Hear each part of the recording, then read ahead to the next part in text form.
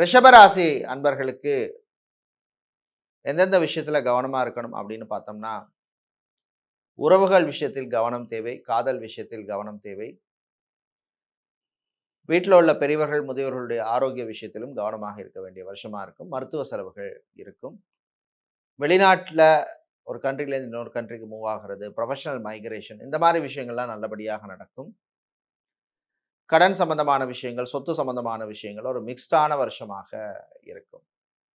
மாணவர்களை பொறுத்தவரையிலே பள்ளி மாணவர்களுக்கும், அது மாரி வெளிநாட்டில் படிக்கும் மாணவர்களுக்கும் அனுகூலத்தை தரக்கூடிய ஒரு நல்ல ஒரு வருஷமாக அமையும். வேலை தேடுவோருக்கு முதல் 6 மாசத்துல நல்ல பலன்கள் வந்து சேரும். இந்த வருஷம் பெண்களை பொறுத்தவரையில் ஆரோக்கிய விஷயத்தில் கவனம் தேவை. ஆண்களை பொறுத்தவரையில் பணக்கொடுக்கல் வாங்கல் விஷயத்தில் கவனமாக இருக்க வேண்டிய வருஷமாக இருக்கும். இந்த வருஷம் நீங்கள் நல்ல பலனை பெறுவதற்கு வழிபட வேண்டிய தெய்வ வழிபாடு விநாயகர் வழிபாடு. இந்த வருஷம் உங்களுக்கு 80% நல்ல பலன்கள் கிடைக்கும். சிறப்பான வருஷமாக அமைய வாழ்த்துக்கள்.